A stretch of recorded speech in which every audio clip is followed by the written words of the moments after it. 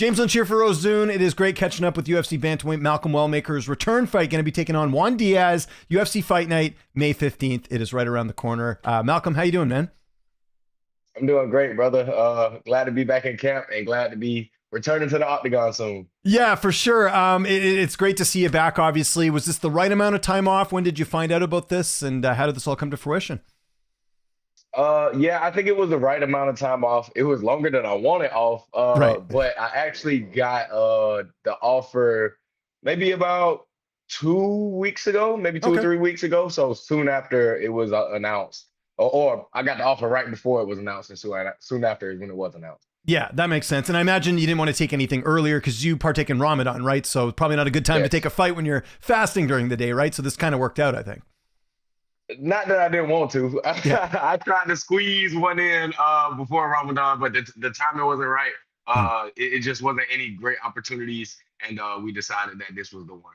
Yeah, no, that makes sense. I know it's never fun to talk about a loss. Kind of a first for you and me, right? And first for you as Yeah. well, as far as your pro career goes. But what did you learn the most from that fight? You know, one thing I'll say before you give me your answer here, I think a lot of people don't factor in the opponent switch up for the original fighter that was on the card, right? So to your credit, you had to fight someone completely different than who you were scheduled for.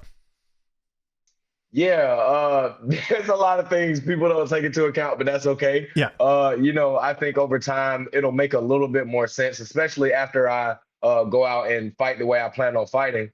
But I think the thing that I learned the most with this loss was that, it's a lot more to it than just being a guy that knocks people out when I touch him with my right hand. Yeah. That's kind of the life I started living. I don't think it was arrogance. I do think it was a little bit of foolishness. I do think that I should have given a little bit more attention and care to the things going on when I was accepting the fight, going into the fight.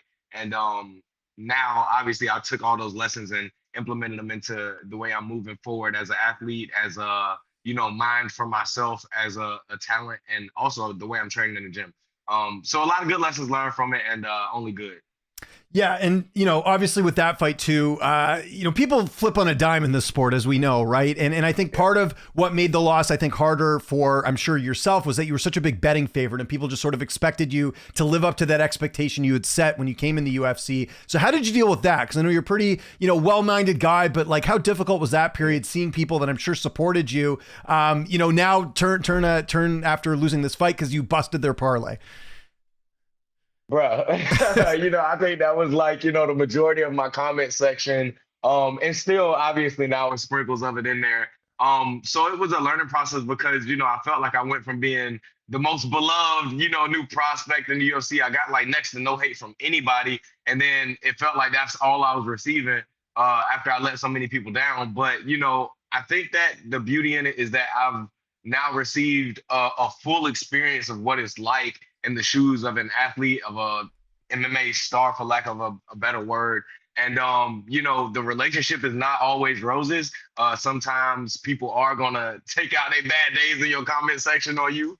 And, it's just part of the job. So I'm glad that I understand more realistically what to expect on social media platforms when dealing with, crazy fans. But it's all good. I'm doing a lot better with it now than I was, immediately after my fight. And not an easy opponent in this next one, right? Juan Diaz, 15-1-1 record. What do you know about him? How do you feel like you match up against him here? Juan Diaz is a great fighter. He's very skilled in many places. I think on the ground, I don't know if it's very well known, but he is great on the ground. His wrestling is decent. But on the feet, he's really crafty. I mean, you saw what he did to his last opponent, who was, knocking out a bunch of people at a very high level. I think he's crafty with some of the things he does on the feet as well. I don't think he minds banging at all. Maybe that's the Mexican blood in him. But I think he makes for an exciting match, and that's what I like the most about this fight. Anything different for camp? Who did you get a chance to work with? Who's helping you get ready for this fight? Yeah, so believe it or not, I never did any like specialized or specific boxing training until this camp. So I went and worked with a very high profile boxing coach in Atlanta, Georgia. His name is Mustafa. He's worked with many world champions, very old school fundamentalist. He's changed a lot of the things that I do in my game, helped me develop a lot of basic tools that have changed the way that I set things up. So he's been great for me. I already was doing some private training with my jujitsu and stuff like that, but I've done a lot more focused work, a lot more intensive, a lot more recording myself, film study, breaking down, things I need to improve on, just a lot more attention to detail with developing my skill set, and now with fine tuning it for the opponent that I'm about to face. Does our mutual friend Dan Levy, I know he watches a lot of tape, is he giving you any pointers at all? Because Dan's obviously been in this sport for a while. He's a pretty good analyst.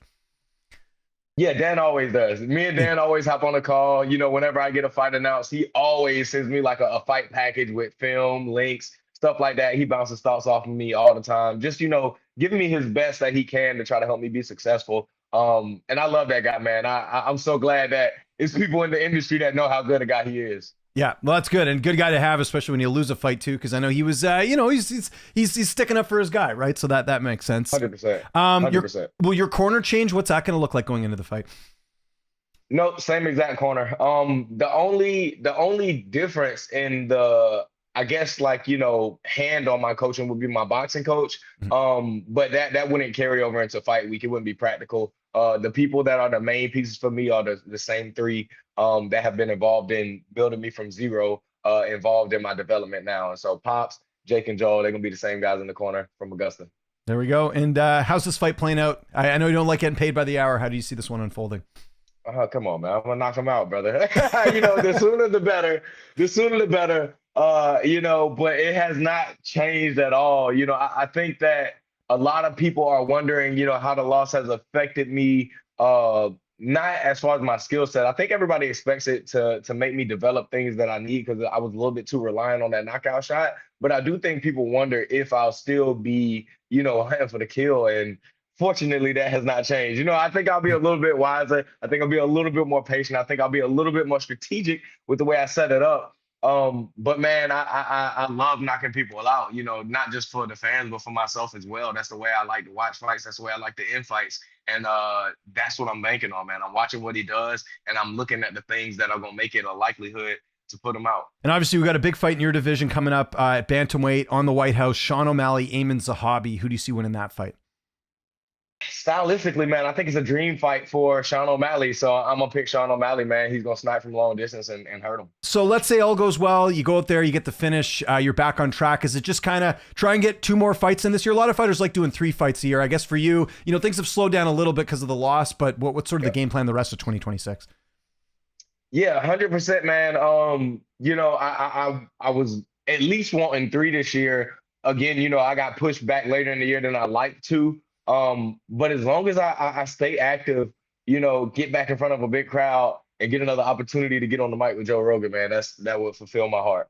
Yeah, absolutely. And what do you think is going to happen with your division? Because obviously they got the O'Malley Zahabi fight coming up, but we don't know who Petr Yan's going to fight. Do you think Merab gets another crack at him, or do you think they give it to O'Malley if he beats Zahabi here? Nah, they got to give it to Merab. I think that I don't know how mandatory redemption shot at your title is for champions, but if anybody is deserving of one, I think Merab is. I know the sport moves fast. I know it's easy to forget how good somebody was, but I mean, the conversation for a while was how long until Merab is the GOAT, not, if he's going to be. And I think it's still, with the body of work he done, a legitimate question. So I think that it's mandatory that he gets that redemption shot against his title. And after that, let's maybe give it to Sean O'Malley. But it really just depends, because the landscape changes so fast. Well, do you not think too, because we're in the Paramount era now, they kind of don't look at merit a lot, right? Like they kind of are more about what's going to be a more entertaining fight. Do you think there's a possibility that O'Malley could sneak in there just because they obviously like him, right? They got him on the White House card. Yeah, I think it's a possibility, but I don't think it's right. I say, again, if anybody deserves that redemption shot, it's going to be Merab. I might even get online and rant about it if you don't get it. There we go. Okay, I love it. Malcom, thanks so much for doing this. We're looking forward to the return fight. Juan Diaz, UFC Fight Night, May 15th. Anyone you want to thank before we get out of here? Any sponsors? Any social media you want to mention? I'll give you the last word. I don't want to thank nobody in particular, because that means I'm going to forget somebody else. So thank you to everybody who has helped me in my camp. Thank you to everybody that is sponsoring me. And everybody, the most I want to say thank you to is those who never lost faith and still believe in me. May 16th, we are back on top. Hype train gets back to rolling.